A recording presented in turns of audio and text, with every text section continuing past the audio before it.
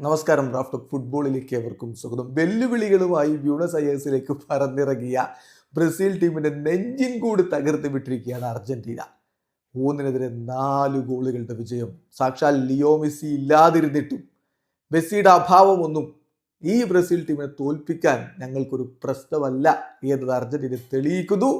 ഒരു കാര്യം വളരെ വ്യക്തമാണ്, ഈ അർജന്റീന ടീമിന്റെ 7 അയലത്ത് വരില്ല ഇപ്പോഴത്തെ ബ്രസീൽ ടീം.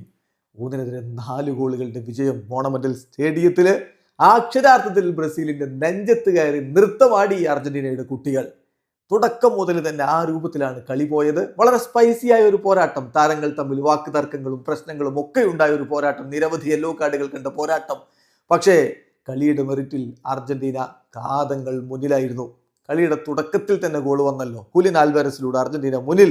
പിന്നെ എൻസോ ഫെർണാണ്ടസിന്റെ ഗോൾ, അലക്സിസ് മാക്കലിസ്റ്ററുടെ ഗോൾ, ഒടുവിൽ രണ്ടാം പകുതിയിൽ ഹുലിയാനോ സിമിയോണിയുടെ ഗോൾ. ബ്രസീലിന് വേണ്ടി മാത്യസ് കുഞ്ഞ ക്യൂട്ടി റൊമേറോയെ പ്രഷറൈസ് ചെയ്തെടുത്ത ഒരു ഗോളിൽ നിന്ന് നേടിയ ഗോൾ മാത്രമാണ് ഒരു ആശ്വാസ ഗോൾ ഉള്ളത്. 4-1 വമ്പൻ വിജയം ഇതാ അർജന്റീന സ്വന്തമാക്കിയിരിക്കുകയാണ്. മത്സരത്തിൽ അർജന്റീനയുടെ മുന്നേറ്റങ്ങൾ നയിച്ചുകൊണ്ട് ആദ്യ ലെവലിൽ എൻസോ ഫെർണാണ്ടസും ഹുലിയൻ ആൽവാരസും ഒരുമിച്ചിറങ്ങി. മധ്യനിരയിൽ 4 പേരെയും കൊണ്ടാണ് അർജന്റീന ഇറങ്ങിയത്. റോഡ്രിഗോ ഡിബോളും മാക്കലിസ്റ്ററും അൽബയുടെയും ലിയാൻഡ്രോ പെരേഡസും ഒക്കെ അവിടെ നിന്നിരുന്നു.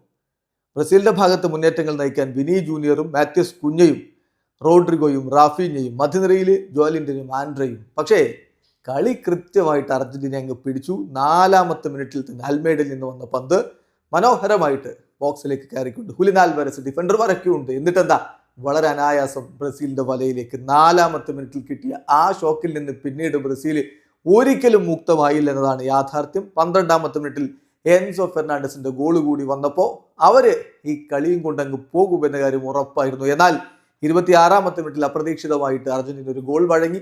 ക്യൂട്ടി റൊമേറോ ബോൾ വെച്ച് ഇങ്ങനെ ഹോൾഡ് ചെയ്ത് നിൽക്കുന്ന ഘട്ടത്തിൽ പ്രഷർ ചെയ്ത മാത്യസ് പ്രഷർ ചെയ്തെടുത്ത ബോള്, അദ്ദേഹത്തിന്റെ ഒരു ലോ ഷോട്ട് അർജന്റീനയുടെ വലയിലേക്ക് ദിബു മാർട്ടിനസിനെ പരാജയപ്പെടുത്തി കടന്നുപോയി. 2-1 ബ്രസീൽ അതിൽ നിന്ന് ഊർജ്ജം ഉൾക്കൊണ്ട് തിരിച്ചു വരുമെന്ന് ആരെങ്കിലും കരുതിയെങ്കിൽ തെറ്റി. വീണ്ടും ആദ്യ പകുതിയുടെ അവസാനത്തില് അലക്സിസ് മാക്കലിസ്റ്ററുടെ ഗോൾ. 37ാമത്തെ മിനിറ്റിൽ എൻസോ ഫെർണാണ്ടസിന്റെ ഒരു കിടിലൻ ബോളിൽ നിന്നാണ് അദ്ദേഹം ആ പന്ത് ബെൻഡോയെ മറികടന്ന് വലയിലേക്ക് എത്തിക്കുന്നത്. ഇടവേള സമയത്ത് 3-1 അർജന്റീന മുന്നിലായിരുന്നു. രണ്ടാം പകുതിയിലേക്ക് വരുമ്പോൾ ബ്രസീൽ മാറ്റങ്ങൾ വരുത്തുന്നു. റോഡ്രിഗോ വളരെ മോശം പ്രകടനമായിരുന്നു, അദ്ദേഹത്തെ മാറ്റി എൻട്രിക്കിനെ കൊണ്ടുവന്നു.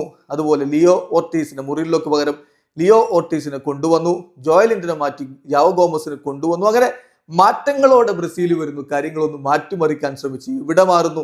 കളി പുരോഗമിക്കുമ്പോൾ മാത്യസ് കുഞ്ഞയ്ക്ക് പകരം സാവിയോയും വരുന്നുണ്ട്. എന്നാൽ അർജന്റീനയ്ക്ക് വേണ്ടി ഹുലിയാനോ സിമിയോണിയുടെ ഗോൾ വരുന്നതാണ് അടുത്ത് നമ്മൾ കണ്ടത്. നിക്കോളാസ് ടാഗ്ലിയാഫിക്കോയുടെ അസിസ്റ്റിൽ നിന്നാണ് ഹുലിയാനോ സിമിയോണിയുടെ ഗോൾ പിറക്കുന്നത്. 71ാമത്തെ മിനിറ്റിൽ 4-1 അർജന്റീന മുന്നിൽ.